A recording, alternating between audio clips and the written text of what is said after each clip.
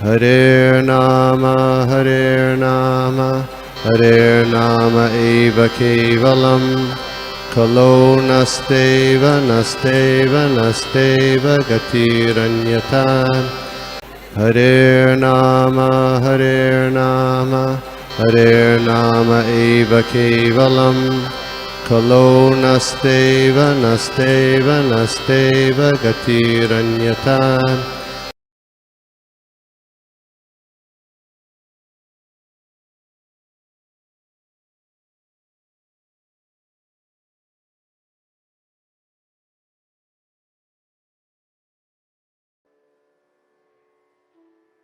वासुदेवाय। ओम नमो भगवते वासुदेवाय। ओम नमो भगवते वासुदेवाय। नारायणं नमस्कृत्यं नरं चैव नरोत्तमं देवीं सरस्वतीं व्यासं ततो जयमुदीरये। नष्टप्रायेषु अभद्रेषु नित्यं भागवत सेवया भगवती उत्तम श्लोके भक्ति भवति नैष्ठकी। ओम अज्ञानतिमिरान्धस्य ज्ञानाञ्जनशलाकया चक्षुरुन्मीलितं येन तस्मै श्रीगुरुवे नमः। श्रीचैतन्यमनोभीष्टं स्थापितं येन भूतले स्वयं रूप कथा मह्यं ददाति स्वपदान्तिकं। वन्देऽहं श्रीगुरु श्रीयुतपदकमलं श्रीगुरून् वैष्णवांश्च श्रीरूपं साग्रजातं सगुणरघुनाथान्वितं तं सजीवं साद्वैतं सावधूतं परिजनसहितं कृष्णचैतन्यदेवं श्रीराधा कृष्णपादान् सगणललिता श्रीविशाखान्वितं च। हे कृष्णा करुणा सिंधु दीनबंधु जगतपते गोपेश गोपिका कांत राधा कांत नमोस्तुते। तप्त कांचन गौरांगी राधे वृंदावनेश्वरी वृषभानुसुते देवी प्रणमामि हरिप्रिये। वाञ्छाकल्पतरुभ्यश्च कृपा सिन्धुभ्यैव च पतितानां पावनेभ्यो वैष्णवेभ्यो नमो नमः। नमो विष्णुपदाय कृष्णप्रेष्ठाय भूतले श्रीमते भक्तिवेदांत स्वामिनिति नामिने। नमस्ते सारस्वती देवी गौरवाणी प्रचारिणे निर्विशेष शून्यवादी पाश्चात्य देशतारिणे। जय श्री कृष्ण चैतन्य प्रभु नित्यानंद श्री अद्वैत गदाधर श्रीवासादि गौर भक्तवृंद। हरे कृष्णा कृष्णा कृष्णा हरे हरे हरे राम राम राम हरे हरे। हरे कृष्णा कृष्णा कृष्णा हरे हरे हरे राम राम राम हरे हरे। हरे कृष्णा कृष्णा कृष्णा हरे हरे हरे राम राम राम हरे हरे।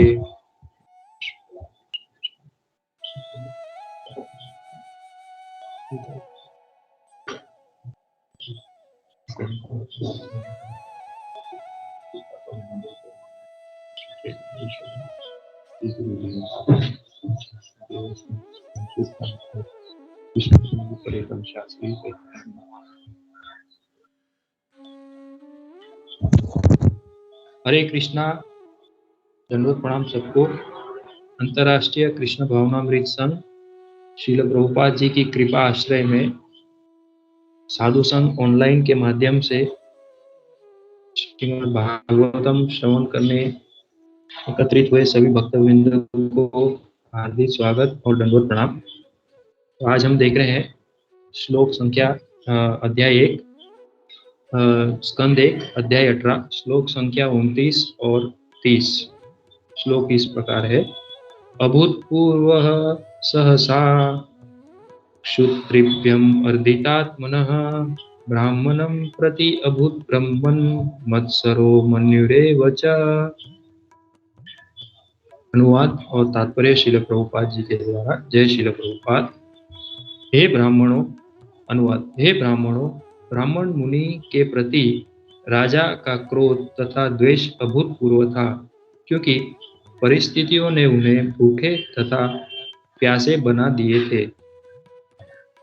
तात्पर्य, महाराज परीक्षित जैसे राजा के लिए एक मुनि तथा ब्राह्मण पर इस तरह क्रोध तथा द्वेषपूर्ण होना निसंदेह अभूतपूर्व था।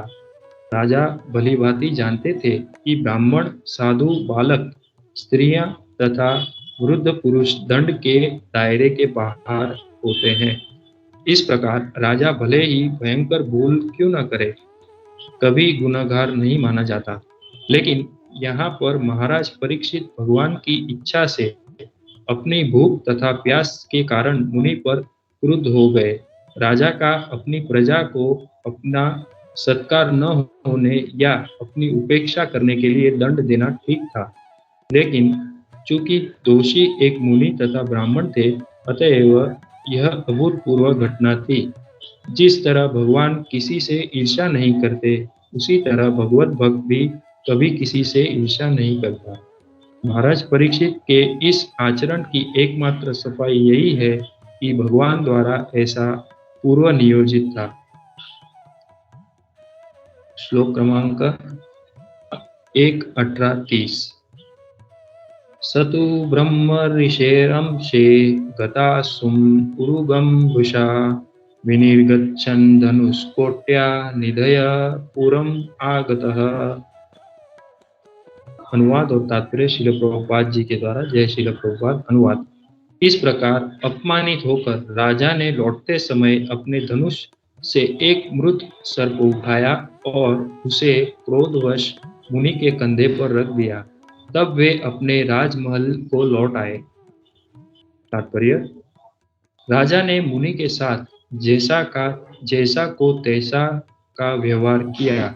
यद्यपि वे इस प्रकार की महत्वपूर्ण कार्यवाही के अभ्यस्त न थे। भगवद इच्छा से राजा ने लौटते समय अपने समक्ष एक मरा हुआ सर्प देखा और सोचा कि जिस मुनि ने उन्हें इस प्रकार उपेक्षित समझा है, यदि उनके गले में मृत सर्प की माला पहना दी जाए तो वे भी इसी तरह उपेक्षित हो जाए। सामान्य व्यवहार में यह अधिक अस्वाभाविक न था, लेकिन एक ब्राह्मण मुनि के साथ महाराज परीक्षित का यह व्यवहार निश्चित रूप से अभूतपूर्व था। यह भगवान की इच्छा से ही हुआ। हरे कृष्णा। तो हम देख रहे हैं जैसे सुत गोस्वामी जी शौनकादि ऋषियों को परीक्षित महाराज जी के बारे में बता रहे हैं। तो पिछले कुछ दिनों में हमने ये श्रवण किया था कि कैसे परीक्षित महाराज भगवान के बारे में पहले श्रवण किया कि भगवान की का गुणगान गाने में हम असमर्थ हैं, और हम जैसे आकाश में पक्षी उड़ता है, जितना उड़ सकता है वो उतना जाता है, उतना वह भगवान का गुणगान अपनी क्षमता से कर सकता है। तो मैंने इन दोनों श्लोकों के संदर्भ में कुछ प्रवचन सुने थे महाराज जी के और वैष्णवों के, तो उन्हीं से जो श्रवण करने मिला वो आपके सामने प्रस्तुत करता हूँ। तो परीक्षित महाराज जी के बारे में यहाँ पे बताया जा रहा है। तो हिज ग्रेस कमल लोचन प्रभु जी के प्रवचन में सुना था। प्रभु जी बता रहे थे कि महाराज परीक्षित हमारे जैसे इतिहास में कई सारे राजा महाराजा के बारे में वर्णन आता है। तो उसी में एक जैसे राजा हो गए हरिश्चंद्र, तो उनके बारे में हमें ये जानकारी है कि वे सत्यवादी पुरुष थे, और उनका हम प्राय सभी भक्तों को ये उनके बारे में कथा भी पता है, किंतु उनका जो वर्णन है वो श्रीमद् भागवतम में नहीं आता। और हम देखने जाएं जैसे परीक्षित महाराज जी के जीवन में जैसे ये जो आज के श्लोक में जो घटना घटी, तो वे घटना होने के कारण या होने के वजह से भी कारण भी उनका जो ये वर्णन श्रीमद् भागवतम में क्यों आ रहा है। श्रीमद् भागवतम में इसलिए उनका वर्णन आ रहा है क्योंकि वे भगवान के शुद्ध भक्त हैं। परीक्षित महाराज जो हैं वे पृथ्वी के चक्रवर्ती सम्राट राजा थे उस समय। तो उनका वर्णन जैसे भगवान श्री रामचंद्र जी का राज्य था उसी के तुलना होता है उनका राज्य। तो उनके जीवन में ऐसी जो घटना हुई वो अघटित घटना कही जा रही है। श्रील प्रभुपाद जी इसके पूर्व के तात्पर्य में भी बताते हैं कि ये जो घटना घटी, ये जो स्थिति थी वो उनके लिए अत्यंत शुभ थी। तो ये क्यों शुभ स्थिति थी वो हम यहाँ आगे आके हमें समझने मिलेगा। तो हिज ग्रेस कमल लोचन प्रभु जी बता रहे थे कि जैसे पितामह भीष्म, जैसे अभी भीष्म पंचक चल रहा है, तो उसमें पितामह भीष्म जी के जीवन में भी ऐसी घटनाएं हुई। जैसे द्रौपदी जी को जब भी वो धृतराष्ट्र के राज्यसभा में बुलाया गया और वो सब हुआ, तो उस समय जब भी अंत समय में भीष्म पितामह जी बाणशैया में थे, तभी तभी उन्होंने धर्म का उपदेश दिया। तो द्रौपदी जी पीछे से वहां पे खड़े थे, तो वो भी पीछे से जरा स्मित कर रहे थे, मुस्कुरा मतलब हंस रहे थे। तो उनको देख के भीष्म पितामह जी भी समझ गए कि ये क्यों हंस रहे हैं। मतलब द्रौपदी जी के मन में ऐसा हुआ था कि मतलब आप अभी इतना धर्म का इतना अच्छा आपने समझाया, तो उस समय में मतलब जब मेरी लज्जा को क्षति हो रही थी, तभी आपने क्यों कुछ नहीं कहा। तो तब भीष्म पितामह जी ने भी स्मित से उसका उत्तर दिया था कि उस समय मैं तभी कुरु जो धृतराष्ट्र और दुर्योधन का मैंने अन्न खाया था, और मैं तभी जो राजनीतिक बाध्य में बंधा हुआ था। लेकिन अभी जो है इतने बाणों के घावों से मेरा जो पूरा रक्त है वो पूरा सूख गया, वो पूरा चला गया। इसके लिए अभी अभी मैं ये वर्णन कर रहा हूँ, और मुझे भगवान के समक्ष उपस्थित रहने का ये फल मिला है। तो ये जैसे भीष्म पंचक आता है, तो इसमें भी हमें ये प्राय बताया जाता है कि हमें जो अंत के जो ये चातुर्मास का जो एक अंत का मास है कार्तिक मास, और कार्तिक मास में भी अंत के जो 5 दिवस है वो भीष्म पंचक कहा जाता है। तो इसमें हमें जैसे भगवान की हम जैसे प्रतिदिन दामोदर अष्टक हम करते हैं, तो वैसे ही पितामह भीष्म को भी हमें स्मरण करके उनको तर्पण करना चाहिए, और उनको उनकी स्तुति भीष्म स्तुति जो बहुत सुंदर वर्णन है, उसे भी स्मरण करना चाहिए। तो आगे हम इस श्लोक में देखते हैं कि परम पूज्य लोकनाथ स्वामी महाराज जी वे भी अपने प्रवचन में बता रहे थे कि महाराज परीक्षित, ये जो अघटित घटना हो गई, वैसे हम रामायण में भी देख सकते हैं कि जैसे कैकेयी जी के साथ भी ऐसी अघटित घटना हो गई कि दिवस में महाराज दशरथ जी ने ये निर्णय लिया कि अभी मुझे भगवान श्री रामचंद्र जी का राज्याभिषेक करना है। तो वो निर्णय लेने से रात्रि समय में मंत्रा गई और कैकेयी को संग दिया, और माता कैकेयी जी का विचार परिवर्तन हो गया, और उन्होंने दूसरे दिन पूरा जो है हम जानते हैं ये कथा।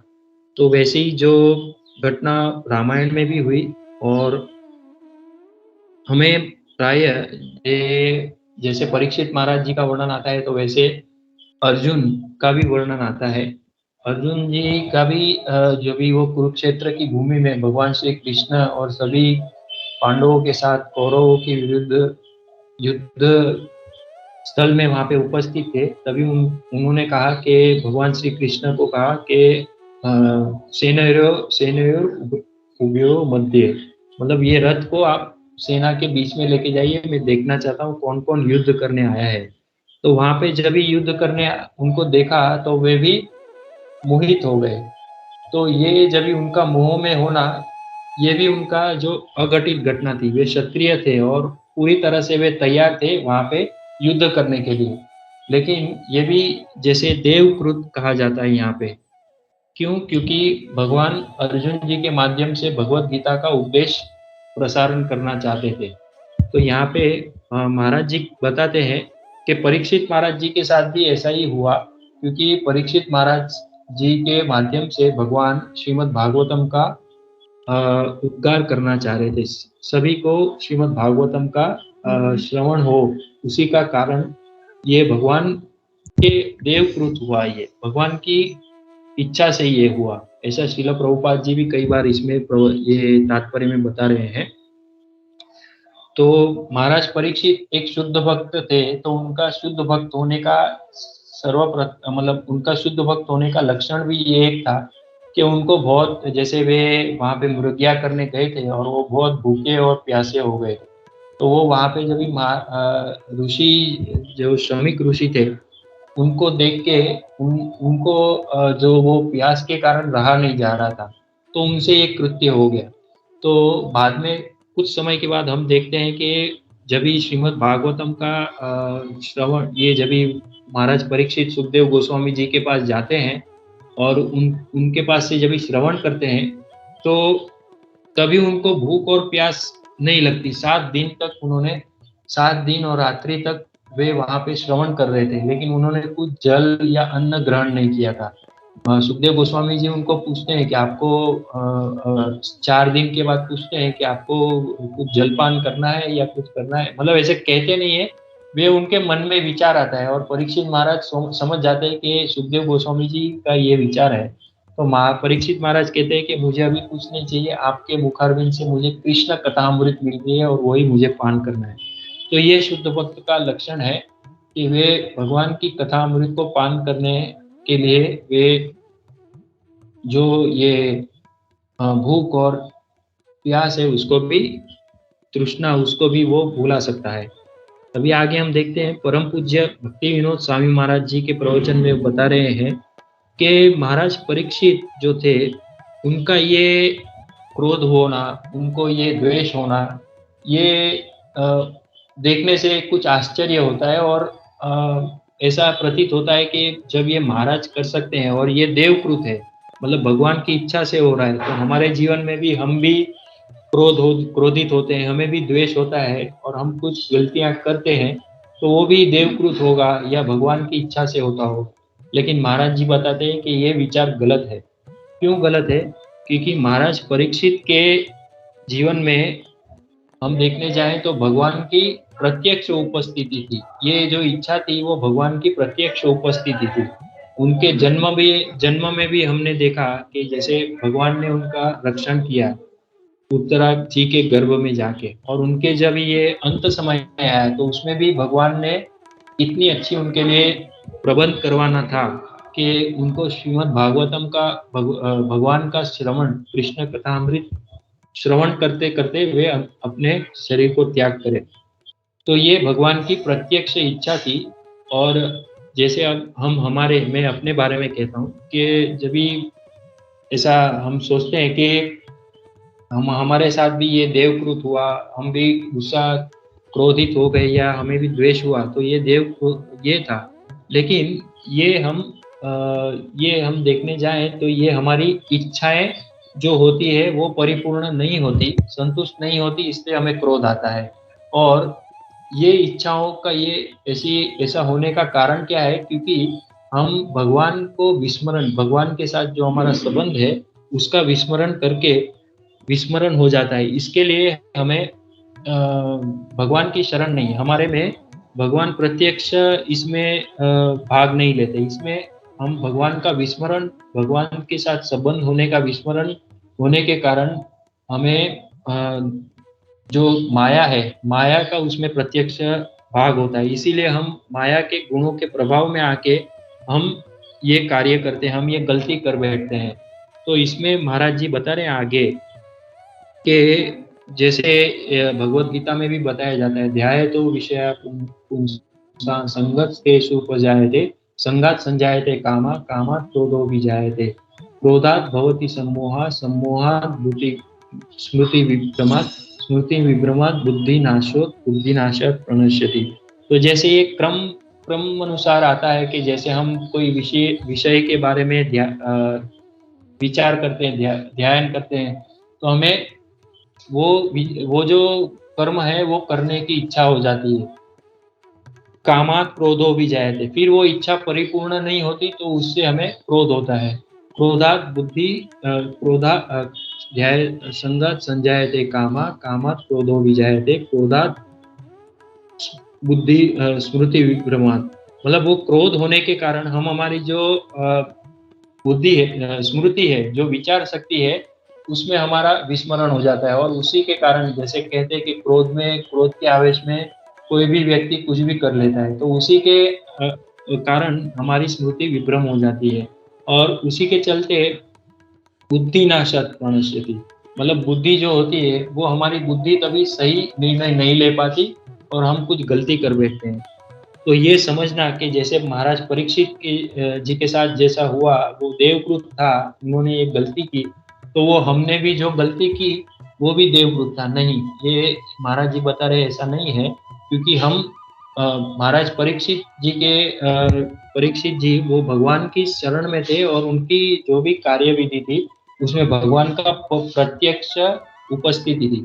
और हम जो करते हैं क्योंकि हम भगवान से हमारा जो संबंध है उसे भूल गए हैं, इसीलिए हमारी जो ये कार्यविधि होती है उसमें माया का प्रत्यक्ष उपस्थिति होती है, तीनों गुणों का प्रभाव होता है, इसीलिए हम ये गलती कर बैठते हैं।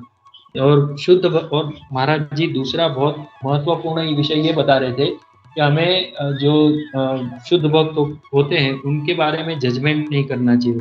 जैसे शुद्ध भक्त के बारे में हमें कोई निर्णय नहीं लेना चाहिए। जैसे भगवत गीता में भी आता है, मम माया दुरत्यया देवी ऐसा गुणमयी मम माया दुरत्यया। भगवान की जो माया है वो भगवान की दो प्रकार की शक्तियां हैं, एक तो देवी और एक माया। और जो देवी माया है उसके चलते महाराज परीक्षित जी का जो ये वृतांत हुआ वो उसके चलते हुआ, और हमारे साथ जो होता है वो हम माया के चलते हमारा जो ये कार्य करते हैं, कर्म करते हैं, वो होता है। तो इसमें महाराज जी ये भी बता रहे थे कि महात्मानम स्तु में पार्थ देवी कृत आश्रित, मतलब जो महाराज परीक्षित जी है वे देवी प्रकृति के आश्रित में होके ये कार्य करते हैं और हम माया के प्रभाव में आके ये कार्य करते हैं, तीन गुणों के प्रभाव में आके कार्य करते हैं। लेकिन भगवत गीता में और एक श्लोक में महाराज जी बता रहे हैं कि अपि चेतस दुराचारो भजते माम, मतलब भगवान के जो शुद्ध भक्त हैं उनसे कुछ गलती हो जाती है, किंतु वे भगवान के बारे में नित्य निरंतर स्मरण करते रहते हैं और वे किसी अन्य के बारे में नहीं विचारते। इसके लिए वे भजनीय है और वे वंदनीय है। भले ही उनसे कुछ अघटित घटना हो जाए, लेकिन वे सततम भगवान के भक्त होते हैं। इसके लिए वे शुद्ध भक्त होने के कारण वे वंदनीय है और वे पूजनीय है। और आगे हम देखते हैं महाराज जी बहुत सुंदर बताते हैं कि हम जो होते हैं, जैसे ये हमने देखा कि हमारा किस प्रकार इच्छा पूर्ति न होने के कारण क्रोध होता है, तो उसमें हम महाराज जी से तुलना कि उनके साथ ऐसा हुआ हमारे साथ भी ऐसा हुआ, वो तुलना करना सही नहीं है। फिर महाराज जी समझाते हैं ये घटना के बारे में, ये घटना कैसे घटी। अभी जैसे हम सब ऐसा इमेजिन जैसे कल्पना कर सकते हैं कि महाराज परीक्षित जो थे वे इतने बड़े राजा थे, और वे जैसे राजा के लिए ऐसा होता है कि अगर कोई युद्ध ना हो, किंतु वे अपने आप को युद्ध की तैयारी में रखने के लिए अपने शरीर को वे मुर्गिया करते हैं, और वो मुर्गिया करने के चलते वे उस मतलब ऐसे अपने साथ पूरे जो साथ सैनिक, बाद में खाना प्रसाद और वो सब लेके नहीं जाते, वे अकेले ही जाते हैं, क्योंकि वो वैसी परिस्थिति का सामना करना चाहते हैं। जैसे कोई एक जंगली प्राणी मिल जाए तो उसके साथ वे युद्ध करके अपने आप को उस परिस्थिति के लिए तैयार रखना चाहते हैं। तो वे अकेले ही चल गए थे, और वे वहां पे जाके उन्होंने जैसे वो तो वन होता है, वन में तो कोई भी प्राणी आ जाता है, तो उनके सामने वो मतलब उन्होंने बहुत सारा ये परिश्रम किया होगा, तो जिसके चलते वे बहुत ही थक गए थे, और थकने के साथ वे बहुत ही तृष्णा, उनको बहुत ही पानी की तरस लगी थी और उनको भूख भी लगी थी। तो इसके कारण वे ये ढूंढ रहे थे कहाँ पे मुझे ऐसा ये संतुष्ट तृष्णा को और भूख को संतुष्ट करने मिले। तो उन्होंने जाते जाते देखा कि वहाँ पे उनको श्रमिक मुनि जी का आश्रम दिखा। तो वहाँ पे जाके उन्होंने देखा तो मुनि जी जो थे वे ध्यान मग्न थे, समाधि अवस्था में थे। तो उस अवस्था में उन्होंने देखा, तो अभी जैसे महाराज जी बताते हैं कि हम भी जैसे कभी मंदिर में होते हैं और भगवान का नाम का जप कर रहे होते हैं, और उसी समय कोई वीआईपी आ जाता है, जैसे प्रधानमंत्री आ जाता है, तो हम लोग क्या करेंगे, हम लोग माला साइड पे रखेंगे, बोलेंगे जप मैं बाद में करता हूँ, मैं पहले वो उनको अटेंड उनको उनको देखता हूँ, उनको मिलता हूँ, उनके लिए उनको कुछ सहायता करता हूँ, या उनके साथ ऐसा सेल्फी खिंचाता हूँ। तो उसी प्रकार यहाँ पे महाराज परीक्षित जो थे वो बहुत ही बड़े राजा थे, महाराजा थे, चक्रवर्ती सम्राट थे वे। तो वे वहां पे गए, तो वो जो मुनि जी थे, उनका ये कर्तव्य था कि वे उनको स्वागत करें, कम से कम जैसे हमने पिछले श्लोक में देखा, कोई अतिथि आ गया तो उनके आतिथ्य में हमें उनको अच्छा आसन देना चाहिए, या उनको जल प्रदान करना चाहिए, या उनको मधुर शब्दों से उनका अभिनंदन स्वागत करना चाहिए। लेकिन यहाँ पे मुनि जी जो थे वे शांत समाधि में बैठे थे, ध्यान मग्न थे। तो महाराज परीक्षित जी के बारे में यहाँ पे बताया जाता है कि वे राजा थे और उनके साथ ये अच्छा व्यवहार नहीं हुआ, तो उन्होंने भी उनके साथ ऐसा व्यवहार किया। तो हमने जैसे पूर्व देखा कि महाराज परीक्षित जो शुद्ध भक्त थे, वे देवकृत भगवान की इच्छा से उन्होंने उनके गले में ये मरा हुआ सर्प डाला।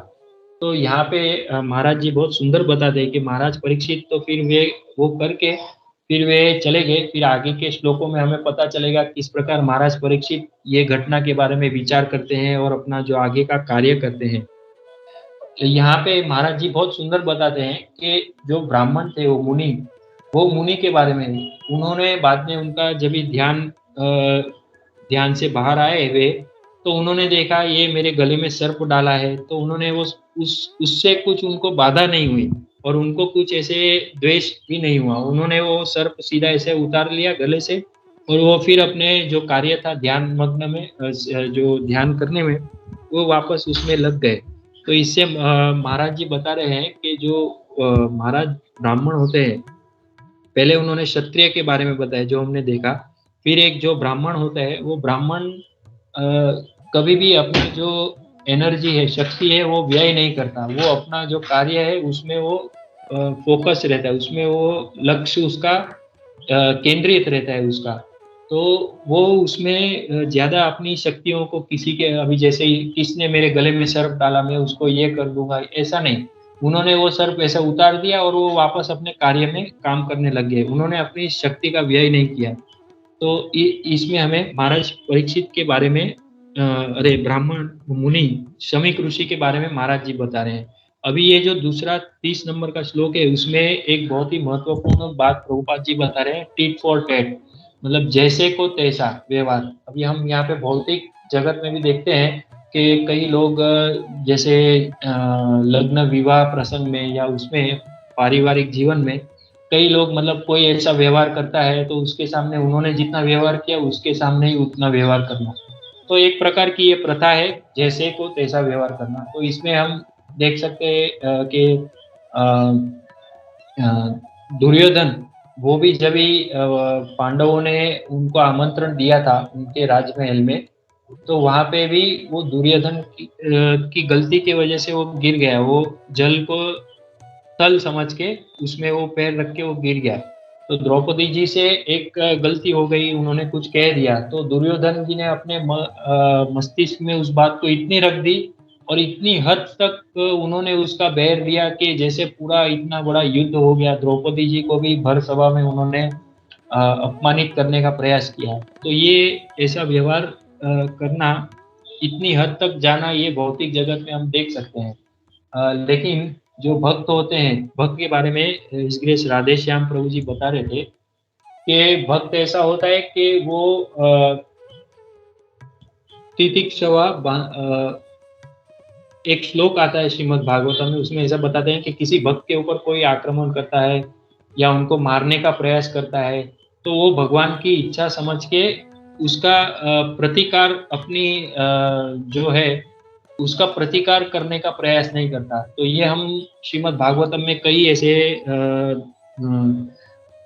उदाहरण आते हैं, कई प्रसंग आते हैं जिससे हम देख सकते हैं। जैसे महाराज अम्बरीश महाराज जी के भी हम प्रसंग में देखते हैं कि उनको भी जब भी उन्होंने दुर्वासा जी का उन्होंने वे आए और उनको वो सेवा करने से पहले उनका जो वो पारना समय हो गया था, तो उन्होंने एक जल का बूंद लेके पारना किया, तो दुर्वासा मुनि इतने क्रोधित हो गए तो उन्होंने उनकी हत्या करने का प्रयास कर दिया। तो ये होने से उन्होंने कुछ प्रतिकार नहीं किया महाराज परीक्षित ने, उन्होंने ही अपनी गलती समझ के उसे स्वीकार किया। लेकिन अ, भगवान के कमल हस्त से ये सुदर्शन आके वो दुर्वासा मुनि के पीछे लग गया। तो ये घटना से हम देख सकते हैं कि जो भगवान के भक्त होते हैं वो कभी प्रतिकार नहीं करते। हम और एक घटना देख सकते हैं ऋषभ देव जी महाराज के बारे में। उन्होंने जब भी तीसरा जन्म हुआ और वो जड़ भरत के रूप में वो चल रहे थे, तो उनको कुछ डाकुओं ने पकड़ लिया और उनकी बलि चढ़ाने देवी के सामने लेके गए। तो उनका वध करने जा रहे थे, तभी देवी प्रकट हो गई और उन सब डाकुओं को मार भगा दिया और उनका बचा लिया, क्योंकि वे भगवान के भक्त का ऐसा हानि नहीं देना चाह रहे थे। तो यहाँ से भी हम देख सकते हैं कि ऋषभ देव जी जो थे उन्होंने भी अपने पे आने से प्रतिकार नहीं किया। भगवत गीता में यह भी बताया जाता है कि 6 प्रकार के आतताई हैं, लेकिन वो दूसरों पे होने से वे स्वरक्षण करते हैं। लेकिन जो शुद्ध भक्त होता है वो भगवान देवकृत भगवान की इच्छा समझ के उसका वो ग्रहण करता है। फिर अंत में द्रौपदी जी के बारे में भी आता है कि किस तरह द्रौपदी जी के साथ जब ये महाभारत पूरा हो गया तो अश्वत्थामा ने पांडवों के 5 पुत्रों का वध कर दिया।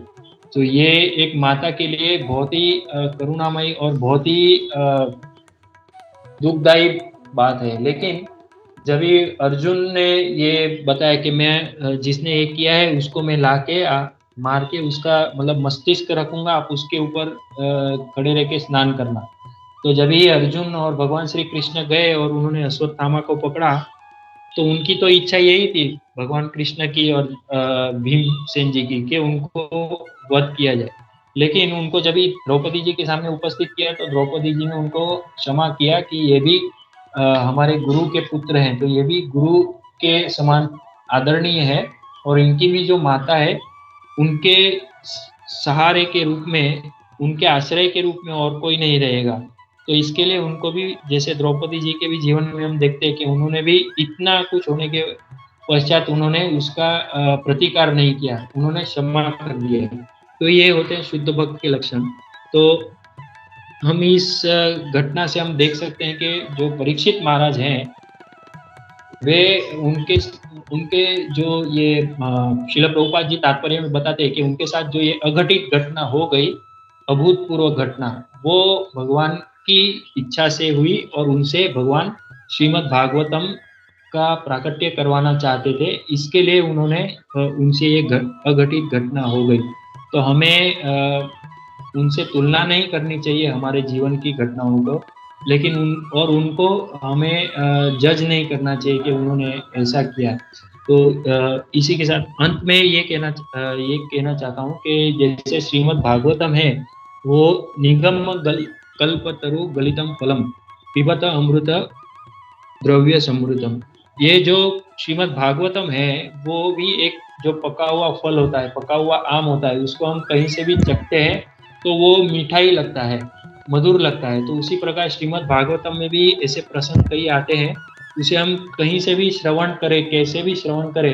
अभी जैसे सिर्फ हम श्लोक पढ़ेंगे तो हम समझने में गलती कर बैठेंगे कि महाराज परीक्षित ने ऐसा किया, ऐसा क्यों किया। तो श्रील प्रभुपाद जी की कृपा से हमें तात्पर्य में ये समझने मिलता है कि भगवान की ही इच्छा से ये हुआ था। और यदि हम और थोड़ा इसमें समझने जाए तो श्रील प्रभुपाद जी के जो प्रामाणिक शिष्य हैं उनसे श्रवण करते हैं तो उनसे हमें ये पता चलता है कि ऐसा क्यों हुआ, परीक्षित महाराज जी ने ऐसा क्यों किया, क्योंकि वे भगवान के शुद्ध भक्त थे। और हमें हमारे जीवन में उनसे क्या आदर्श मिलता है, ये भी हमें प्रभुपाद जी के प्रामाणिक शिष्य हैं उनसे हमें श्रवण करने से मिलता है। तो हमें जैसे ये गुरु शिष्य परंपरा में श्रीमद् भागवतम का श्रवण करेंगे तो ये जो पका हुआ फल है उसका हम अच्छी तरह रसास्वादन कर सकते हैं। तो ये अंत में यही कहना चाहता हूँ कि जैसे अभी श्रीमद् भगवद गीता का प्राकट्य दिवस आएगा एकादशी और उसमें बुक मैराथन होता है, तो हम श्रील प्रभुपाद जी का जो ये कथामृत है जो उन्होंने अनुवाद करके दिया है तो हम उसका रसवादन कर सकते हैं और अन्य को भी हम बता सकते हैं कि ये ग्रंथ वितरण सेवा के माध्यम से। तो यही कह के मैं सबको प्रणाम करता हूँ और अपने वाणी को विराम देता हूँ, विश्राम देता हूँ। हरे कृष्णा, दंडवत प्रणाम। हरे कृष्णा कृष्णा कृष्णा हरे हरे, हरे राम राम राम हरे हरे। शिला प्रभुपाद जी की जय, संवेद भक्तविंद की जय। हरे Krishna. Hare Krishna, Prabhu, Dandat Pranam. Thank you so much, Yupon Prabhuji, for wonderful class. Hare Krishna, Srila Prabhupada की जय। मैंने प्रसंग जो श्रवण है ये परम पूज्य भक्ति विनोद स्वामी महाराज कोयम्बतूर से उन्होंने किया था। इस्कॉन डिजायर ट्री में उनका प्रवचन था, वो श्रवण किया उन्होंने। मतलब ये जो विषय में चर्चा की वो इस संदर्भ में नहीं थी कि जैसे हम हरे कृष्ण महामंत्र की महत्वता को तुलना करें। मतलब इस संदर्भ में था कि जैसे महाराज परीक्षित वहां पे जाते हैं और वो ऋषि मुनि उनको ध्यान नहीं देते, तो उसी तरह जैसे महाराज जी ये समझाना चाह रहे थे कि महाराज परीक्षित जी की महत्वता के बारे में। वे इतने बड़े व्यक्ति हैं और उनको वे आते हैं तो उनको उनके साथ कैसा व्यवहार हुआ वो हमारे समझने के लिए, कि जैसे हम हैं और कोई बड़ा व्यक्ति आया तो हम जैसे महाराज जी ने ऐसे स्वाभाविक रूप से कह दिया कि हम जब कर रहे होते हैं तो हम ऐसा समझते हैं कि हम जब जैसे हम अभी कर रहे हैं तो थोड़ी देर बात कर लेते हैं और उनसे बात कर लेते हैं। मतलब जैसे वो तो नो डाउट ये जो है वो हरिनाम श्रीमद् भागवतम ये जो कर रहे होते हैं तभी वो छोड़ के दूसरा नहीं करना चाहिए, वो अपराध भी कहा जाता है। लेकिन महाराज जी ने एक संदर्भ में समझाने के लिए कहा और वही मैंने यहाँ पे बताने का प्रयास किया। थैंक यू माता जी, इतना सुंदर आपने हाईलाइट किया उसके लिए। हरे कृष्णा, दंडवत प्रणाम।